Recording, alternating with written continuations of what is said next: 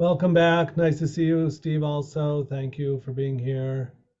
We are in the Nefesh HaHaim. Oh, Jay Puko is also here. Really nice. We are between Sha'ar Gimel and Sha'ar Dalid. Sha'ar Gimel was about the Tzimtzum, that HaKadosh Baruch Hu is Mekoimo Shel Oilam. Sha'ar Dalid is the translation into things which are in some respect more lemaisa, more practical, about the mitzvah of Talmud Torah and how special Talmud Torah is in comparison to all the other mitzvahs. So there's this bridge between the third sha'ar and the fourth, and it's 8 chapters, and we learned the first 2. And the first one was against haughtiness. We shouldn't let it go to our head that we're studying such great things and learning how to serve Hashem Lishmah. And we should never look down on people who are just doing the mitzvahs on a simple level and who maybe are not acquainted with doing mitzvahs Lishmah. Because the power of a mitzvah is through its execution, through doing the mitzvah, fulfillment of God's will. And all the highfalutin, all the esoteric intent that a person can bring to it is icing on the cake. But the cake is the kiyum mitzvah. That's the first part of the equation. And the second part of the equation is that learning Torah is a higher league than just doing mitzvahs. And let me give some historical background on this, returning to the reason that Reb Chaim Volozhin wrote this book, which is, pushing the envelope on writing a book about Kabbalah and with so many Kabbalistic sources that he's included. And remember, he didn't publish it in his lifetime. He gave it to his son, like on the day of his death, Reb Yitzhak, and he told him to publish it and don't change a word. And he felt it was very important. And I think, one of the issues here is you have the nascent Hasidic movement, which is gaining a lot of steam and attracting a lot of young people. I'm going to mute everybody. So you have these young Hasidim, and these young Hasidim have learned from the Baal Shem Tov and the Maggid of Mezerich that doing mitzvahs is very powerful. And kavana in mitzvahs is you can change the oilamos and you can be mashpia on everything that's going on. And you don't have to necessarily be a Talmid Chacham. You could just, express your joy and your love for God in any mitzvah, and that will be very powerful. So that is true, and Reb Chaim Volozhin would also agree that's true, and we've learned about how much impact every mitzvah has, and certainly a mitzvah b'simcha and so forth. So we're struggling though for the minds of the young men, the minds and the focus of their avodas Hashem. So you have the Chassidische Bachrim, and they're going to be dancing and eating kugel and doing mitzvahs, and they're going to be really proud of themselves. And you'll have the Misnagdim, the Litvische Bachrim, and they'll be sitting there learning the Gemara. And so he wants to give encouragement to the learners, to the study of Torah, that it's prime. It's the greatest thing you can do is to learn Torah Lishma. And the other hand, he doesn't want you to be haughty about it and look down on the other guys. So I think he's striking a balance here of there's great import in the fulfillment of every mitzvah on any level. Higher than all the mitzvahs is the study of Torah. And now in this third parak that we're going to learn tonight, he's going to contrast learning Torah Lishma and learning Torah Shelo Lishma, and how important it is to learn Torah even Shelo Lishma. We all know Divrei Chazal, mitoich Shelo Lishma, ba Lishma. And he's going to talk about sort of how that works. So that's the background. Yes, Steve. Did he see himself as being part of the reason that they weren't more popular? That they were losing popularity? I mean, you could say was it a mistake or a necessary correction? Did he have an opinion on that? Yes, mitzvot are important, but that kind of dodges the whole issue of, are they being too elitist, too up in their heads, not wholehearted? There's all sorts of things floating around on this. Seems like to me. Yeah, as an okay. outside observer. Yeah. I've heard a bunch of shiurim from Rebbe Weinschlita, and he talked about the Hasidic revolution as a social revolution, where Hmm. the poor families and people who couldn't afford to really become learned because they were just busy trying to survive could find a way to express themselves religiously. And these were people who never got an aliyah in shul. They never got called to the Torah because they weren't rich and they weren't learned. So they were essentially disenfranchised. They were left out. And so the Hasidic movement, it was important to bring them in and give them a sense of self-esteem and a sense of connection. So I'm gonna leave all that aside. And I Well, did, he looks like he did too. yes, he did. I agree. And I think of the Nefesh HaHaim as the manifesto of yeshiva Judaism, okay, of what goes on in the yeshivas, which is very, very important. And look how today yeshivas, you have Sephardi yeshivas and you have Hasidic yeshivas, you have Hesder yeshivas. These are all new variations on the theme of the primacy of mitzvahs Talmud Torah, of people who are essentially cloistering themselves. They're taking themselves out of regular society, putting themselves in a dormitory and a base midrash, and just learning Torah 24/7.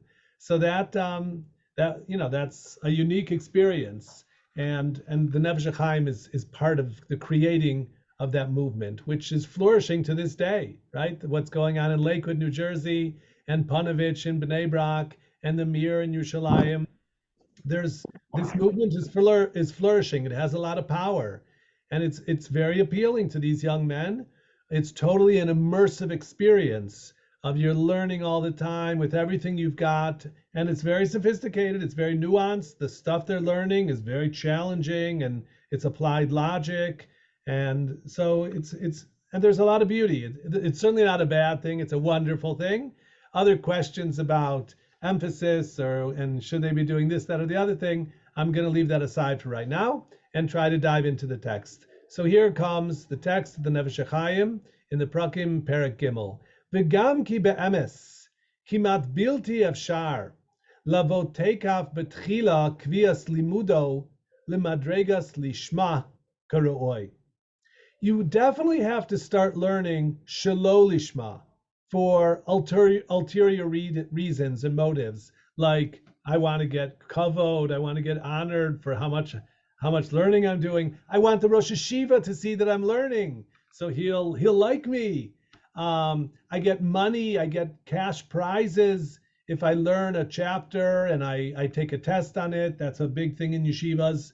It's not realistic that a young person or any person who's starting out in this endeavor of learning Torah is going to be able to start at the top and be learning for the right reasons, the Torah Lishmah. He's learning for the Torah's own sake. And again, what that means to learn for the Torah's own sake is the topic of Sha'ar Daled. So we're still going to get there and really deep dive into that topic. But he's starting with the idea that there's no way you can skip the ground floor and go right up to a skyscraper. You have to work your way up. So you're definitely going to have to start learning Shelo Lishma before you get to the Madregas Lishma Karaoi. Ki ha'esek b'toira Shelo Lishma hu lemadrega shemitoich kach yuchal lavo lemadregas Lishma. The best way to get there is start learning. And even if you're learning for any other reason, but that's how you're going to grow. V'lechein gam hu ahuv lefanav yitbarach. So learning Torah shelo lishma is also beloved by God. Kemo shebilti efshar la'alot me'aretz la'aliyah im lo derech madrigot hasulam. How are you going to get up to the second floor unless you take the steps or a ladder? So getting onto the ladder from the lowest rung is a great step. And so even though it's imperfect, but you got to start somewhere. So that's this first idea. V'lezeh amru gmar psachim lo'olam yasoik adam b'toiro v'mitzvahs afilu shelo lishma. Okay, so that's a chazal that a person should always do Torah and mitzvahs, even if he's doing it not for their own sake. What do they mean by lo'olam? Forever, always. So he has a nice idea. He says, Omram la'olam, ratzaloymar bekviut. It means be persistent. Hainu shebetchilas limudo, eino mechuyev, rak sheyilmoid bekviut, tamid, yoimam v'layla. So start learning, open your sefer, sit there and, delve into it with everything you got day and night. And if you do that, if you devote your days and nights to learning, shelo lishma, and I'll give you an example, and David knows, David was in the Chevron Yeshiva for a period of time. And my boys, three or four of my boys have learned in the Chevron Yeshiva, and especially in the first year. So these are like 17-year-old boys, and they're sort of finished high school. It's like first year of college sort of thing. And there's tremendous competition, social pressure and competition. And one of the ways it's measured is how long you stay in the Beis Midrash at night Seder. So night Seder, let's say, goes from 8 o'clock till 10 or 10:30. But no, if a boy goes to sleep at 10:30, so, he's a batlin, he's no good. You got to keep learning 11:30, 12:30, 1:30. And the boys they're learning the Gemara and they're looking at the side, who's leaving? Because I can't leave until he leaves. So I'm certainly hoping that he goes to sleep already because I'm exhausted, but I'm not going to leave until he leaves first. There's this kina soifrim, this competition between the boys of who's expressing their drive and so forth to learn Torah day and night. So it's a competitive I went thing. to sleep at 9:30 p.m. and then in the morning there was plenty of space in the Beis Midrash. Okay, good for you, David. You're an amateur person, that befits you. But my sons go to sleep at 2:30 and 3. That's the truth, and then they wake up at 8:30. So whatever. That's sort of the culture there.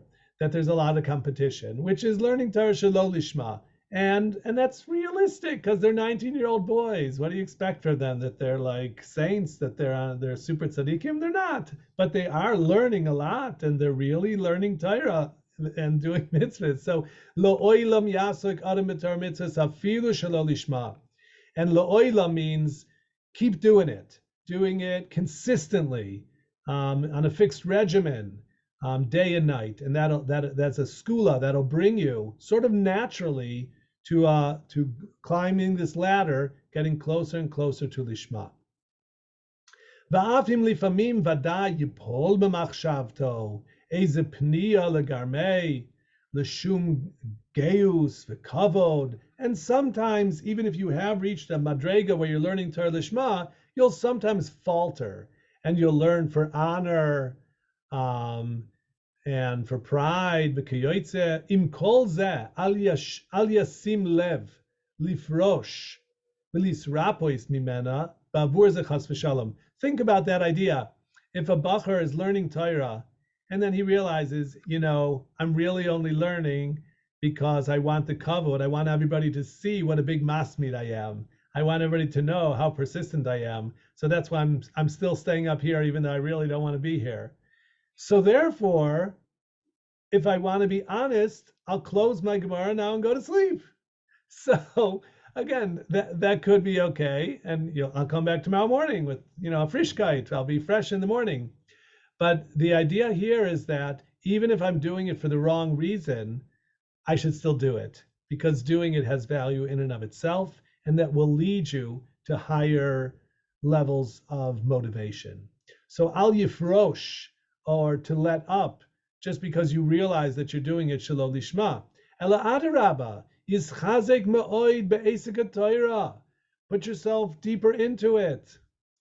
And that itself, v'yenachon libo batuach shevara yavo mitoich kach lemadregas lishma. By continuing shelo lishma, you'll get to lishma. V'kein hu gam kein v'inyan hamitzvos al derech zeh. And this is not only in learning, this is also regarding the commandments. It could also have a positive effect on others, even though your intentions, the individual's intention may not be 100% pure, but if others see that, he's doing what he's doing, they don't know what's inside his head and heart necessarily, but they might be inspired by that. Absolutely true. The long hours that you put in, and There's group dynamics. There's energy that because you're Right. learning all these hours, I want to learn all these hours, and it's good for all of us, even though, we're not always doing it for the right reasons, but it creates a powerful environment. So you're absolutely right. Thank you for adding that, Shimon. I didn't know you're here. Welcome. Yeah, I had such a crazy day, and I kept, for some reason, I was mixing it up with, there's a minion at 9:30, and I was, oh, I'm waiting 9:30 for the shear, and then my wife goes, he doesn't do it at 9 o'clock anymore, and I go, oh my God. I ran up to the computer. I picked my son up. He came in from Miami. Oh, okay, nice. I had to take him to his base at State Taiman. There was a whole brouhaha there today. Luckily, we missed that. Okay, good. And whatever. So we're continuing. Umishi mal'o libo levazot ulahashpil chas v'shalom es ha'esek b'toiro mitzvahs af shelo lishma lo yinake ra ve'asi liten es hadin chas v'shalom. Don't you dare disparage or put down somebody who's learning Torah or doing mitzvahs shelo lishma for the wrong reason. If you do that, you will be held accountable. You will have to be brought into judgment, even, in the future, on the day of judgment, whatever. V'lo oid el shenimna b'divrei Chazal, bein oisam she'ein lem chelek olam haba, legamrei chas v'shalom. Okay, so Reb Chaim Volozhin here throws the book at somebody who is mevazeh somebody else who's learning shelo lishma, okay? And he says you could learn you could lose your chelek in olam haba because of that, which is a terrible thing to happen. How would that happen? He says v'gehinnom kaleh v'heim einam kalim, you'll burn like eternally in hell. How would that work? Because they're apikorsim. V'chein b'mishnah b'reish perek chelek, the beginning of the Perek Chelik in Sanhedrin, Manuas Apikoiris, Bichlal Oisan She'ein Lem Chelek Maba. So it has to do with the definition of the term Apikoiris. So an Apikoiris, okay, we'd call him a heretic, perhaps. And it's actually named for Epicurus, right? There was a Greek Epicurus who had sort of a theory of pleasure, that life is about maximizing pleasure and minimizing pain.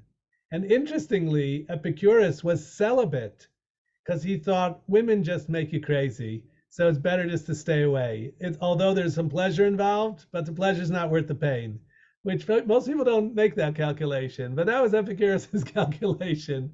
Anyway, that's far from, yes. That is far from the Torah's calculation. We're not in it just to get the most pleasure and the least pain. We're in it to serve God. So we consider Apikoiris is a bad guy. Yes. I'm sorry. Is this a principle only regarding limud Torah, or if you're if you're a mezalzel, somebody who's giving tzedakah, and you think he's just giving tzedakah to get his name up in the lights, or is this just b'kesher limud Torah? I think it's really about Talmud Torah, because we're going to see now how he defines Apikoiris. So hold on and we'll see. So we're talking about, like you said, someone who's mevazes someone else who's doing things shelo lishma, and the penalty could be very grave. He could lose his chelek l'maba. How would that work? So it's because of this word apikorsim. The Mishnah Reish Perek Chelek manu apikoiris bichlal oisan she'ein lem chelek l'maba. V'amrinim b'gemara sham. Rab Chia Damri Tarvayu. What is an apikoiris? Zeh hamevazeh talmid chacham. A person who disparages a Talmid Chacham. And Rabbi Yochanan, Rabbi Shuban Levi, Amri, Afilu hamevazeh chaveiro bifnei Talmid Chacham nami apikoiris have. That's a very far-reaching definition. I didn't denigrate the Talmid Chacham. I denigrated somebody else in front of the Talmid Chacham. And that shows a lack of deference for the Talmid Chacham. And that lack of deference is defined as an apikoiris. So that's really, as I say, far-reaching. Va'afim oimer, another example of an apikoiris, the Gemara says, a person who says, Maya Hanilan Rabbanon. What do those rabbis really do for us? Lididhu karu, lididhu tanu. They're reading for themselves, they're studying for themselves. They don't contribute anything constructive to society. It's a very bad thing to say. Never say that, because that's an apikoiris. Harei ze bichlal apikoiris. So, harei ze bichlal apikoiris, mivazet tamid chacham, v'gam megale panim b'toira nami mekri chas v'shalom. V'harei ze ibed chelko b'chayo ilam, rachmana yatzilenu. So, you never want to have that attitude towards people who are learning Torah. But I think, Shimon, right, this counts out a person who denigrates one who does mitzvahs shelo lishma. This is dafka about Talmud Torah, I think that. V'kein Rabbeinu Yoine Zal, b'shara tshuva, shemana seder madregois chumras ha'oinshim, u'madrega achroina, mana et hakat, the group, the faction, she'amru razal aleim, she'ein lem chelek olam haba. They have no portion in the world to come. Umana gamkein sham, and one of the people, the members of that set, hamivaz et talmid chacham bichlal zot hakat. B'chein mana oto Reb Chaim Vital zal b'shara kedusha bichlal oisa hakat. Again, the same group of people that have no portion of the world to come. V'kol choimer oinsho anoira hazeh hu mita'am al shehu b'moiride or mailas ha'toira hakadoisha. Why are we so stringent with this person? Why is he judged with such a really severe decree? The answer is he's moirid from the great light of and appreciating the supreme level of the Torah. B'chila lachas v'shalom, k'mo she'arich b'zeh Rabbeinu Yoine Zal sha'amayin sham divrei kadosh Hashem, because of who Zal sham shegam ikar ha'oinesh shel kol ha'menuyim sham v'oizakat hu gam ken rak mibnei chilul kvoid ha'torah ha'kedosha rachmana litzlan. So it's very important to recognize that the Torah is really, it's the light of the world. We say ner mitzvah, the Torah or. Every mitzvah is a candle of light, but the Torah is light itself. And so by disparaging a Talmid Chacham or disparaging somebody else in front of a Talmid Chacham, by saying, oh, what do all those yeshiva bachrim do for us? What do the rabbis do for us? They're not engaged in any constructive activity. It's a waste of time and taxpayers' money. All those things are considered heretical because you are denigrating, you are lowering, you're expressing a lowered appreciation for the great light and kedusha and power of every word and every letter of Torah. Every letter of Torah has in it the power to create the whole universe. Okay, the Torah is of infinite light. It's the will of God. And so the people who are bringing the Torah into this world through their words and their thoughts of Torah, that is maintaining the Bria. The whole world was created for Asika Torah, for the learning of Torah. So never, minimize the impact and the import of Talmud Torah. It's a very dangerous thing to say or to do. We want to always appreciate the greatness, the chshivus, the centrality of mitzvahs Talmud Torah. So, Rabbi? Yes, Jay? So the underlying assumption is that there's nothing really that trumps Talmud Torah.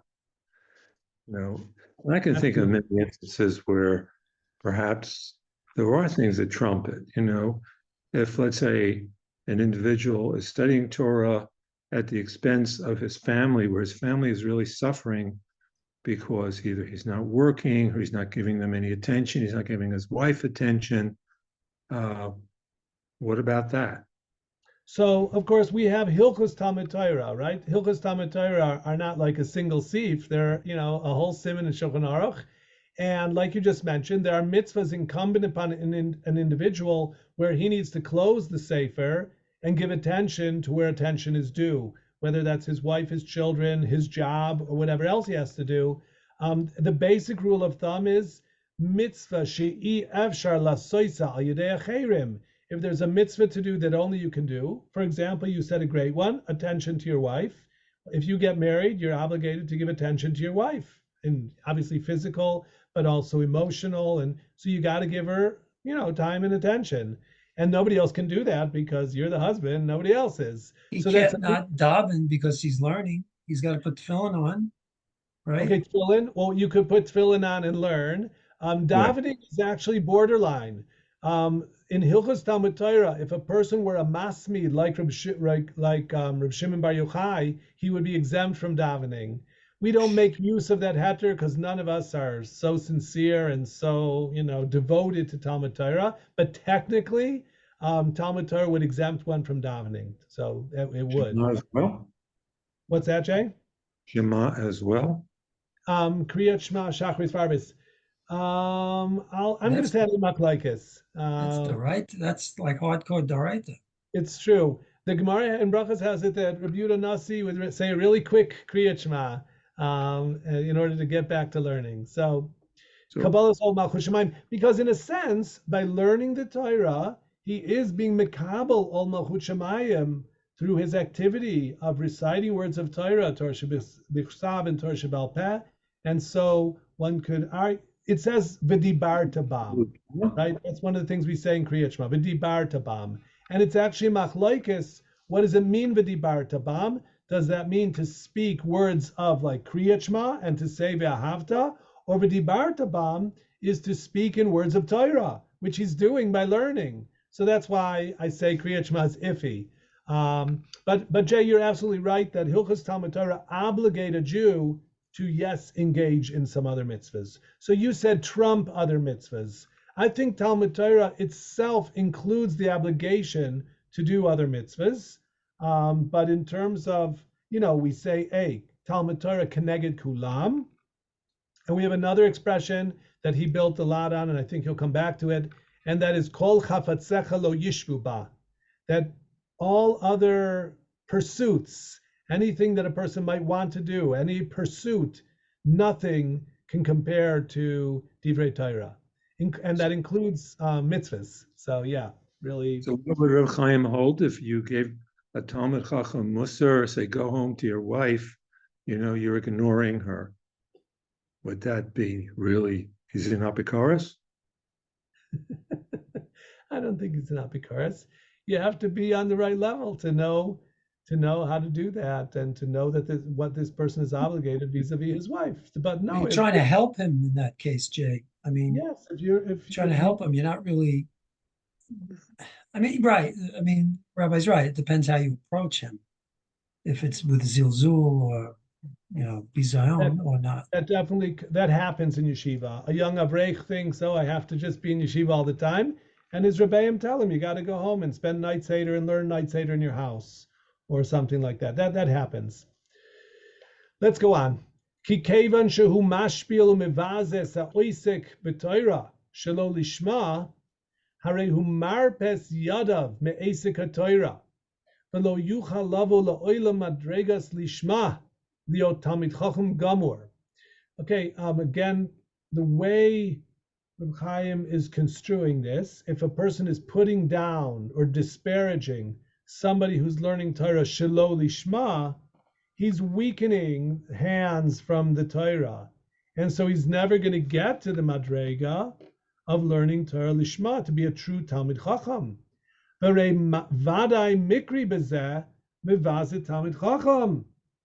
So by doing that, you're called a mevazet Talmid Chacham ve'ein lecha chilul shmo yizbarach v'toiraso hakadoisha yoiser mizeh. So he's very strident.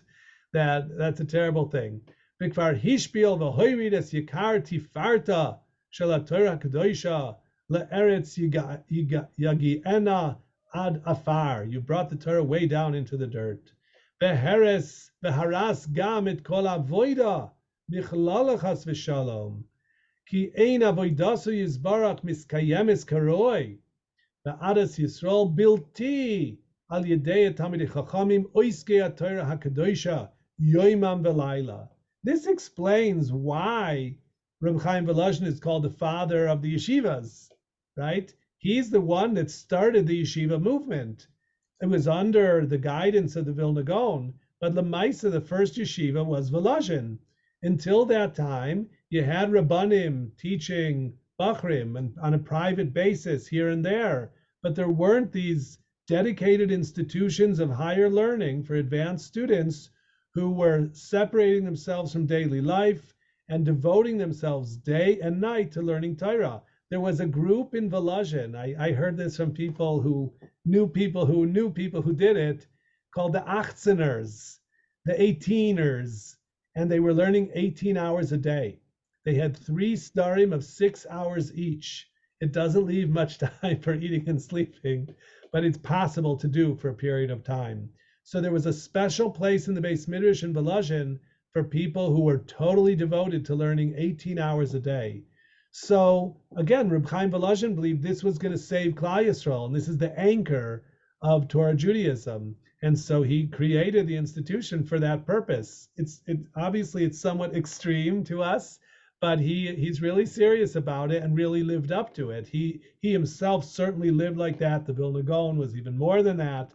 They say the Vilna Gaon, slept 2 hours a day, and so he was, more than 20 hours a day learning. But total devotion to mitzvahs Talmud Torah.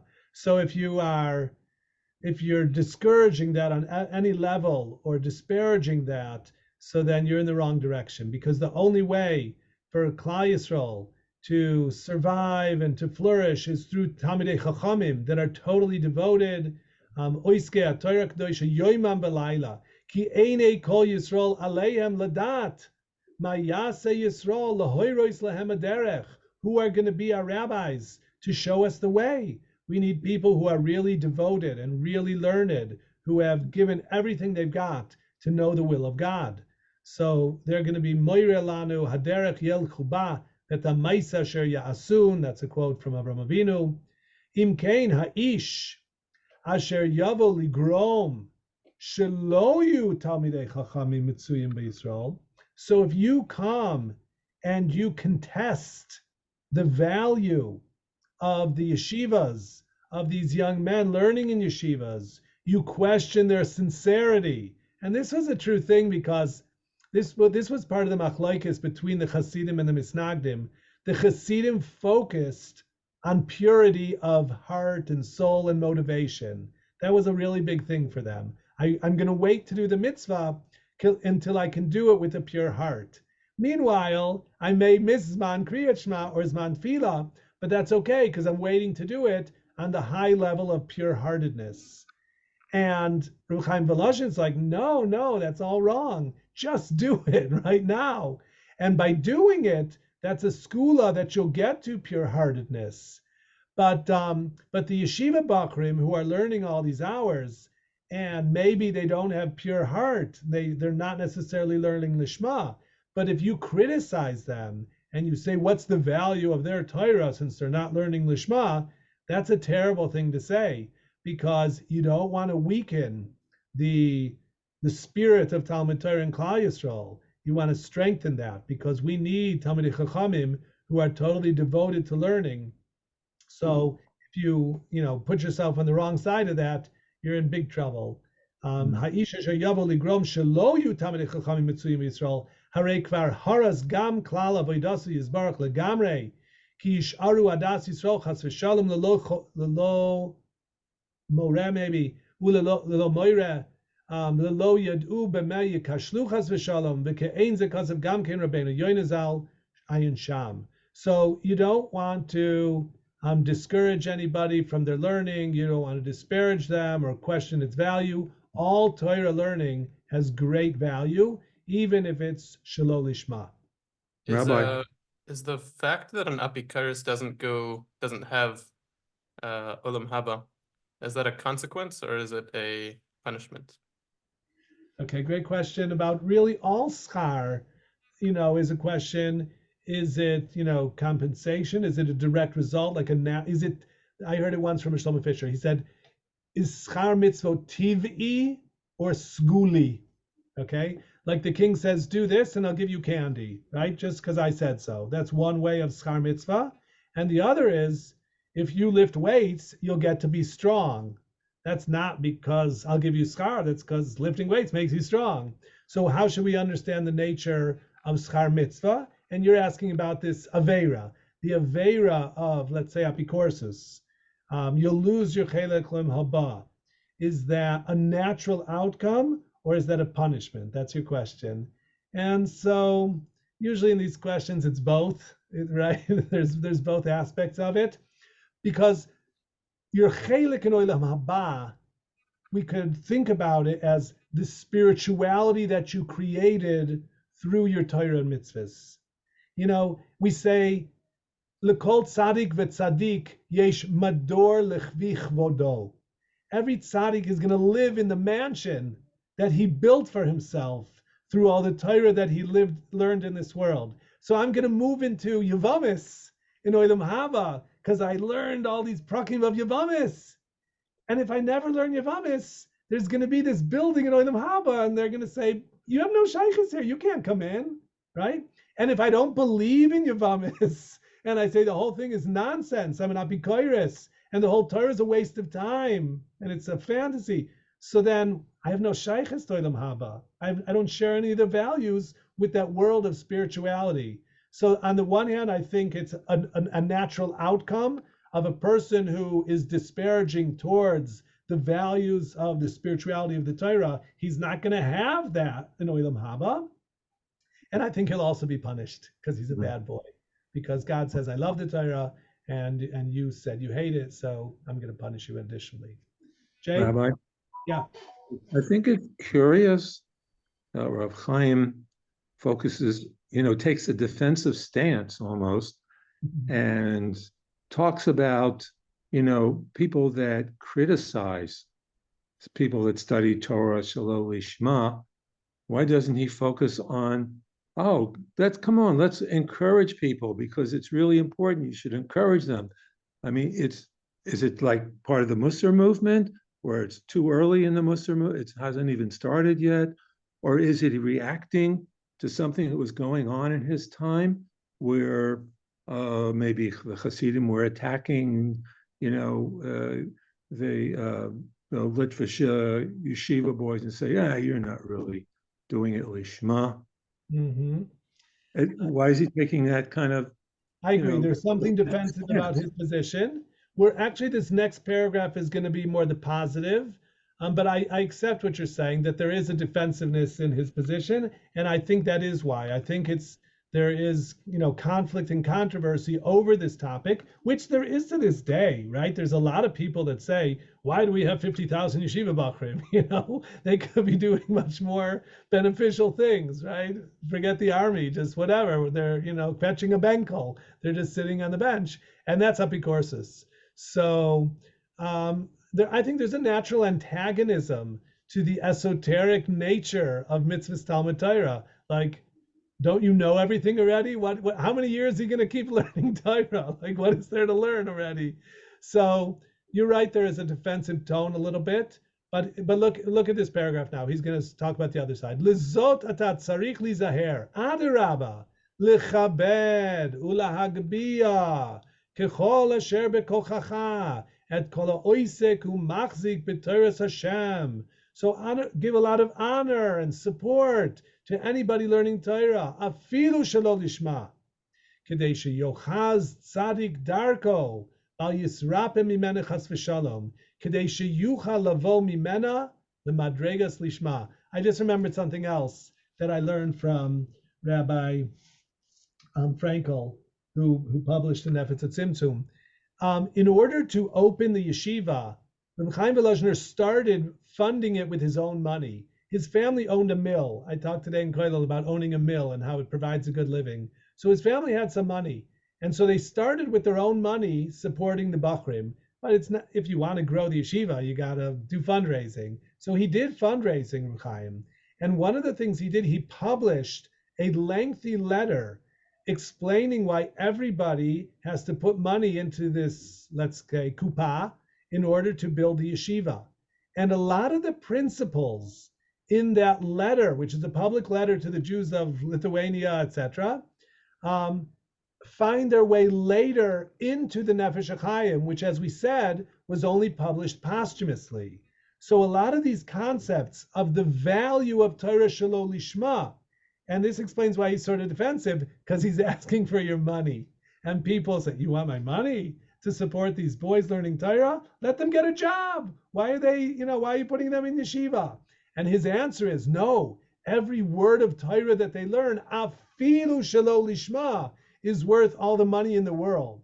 So yeah, he's defending himself and his project of building the first yeshiva against the scoffers and the businessmen who don't want to give the money. And he's proving to them, don't say, oh, what does it help to have a bunch of yeshiva bachrim, So don't say that. You don't want to be an apikaris chas v'shalom. So I think he's responding to natural skepticism and even miserliness of people who don't necessarily want to fund his project of building the first yeshiva. So again, some of the text of the Nefesh HaHaim that we're learning here had already been published in his lifetime as a letter encouraging the public to support this project. Let me see if we're going to finish. Yeah, I'm almost done now. V'gamim nira shekol yemei chayav minu'ura vad zikna v'seva haya isko ba shelo lishma. What happens? There's a yeshiva bacher and he never grows up. He's 40, 50, 60, 70, 80, and he's still learning for the wrong reasons. Okay, he never gets to Lishma. You see, his whole life he's learning Shelo Lishma.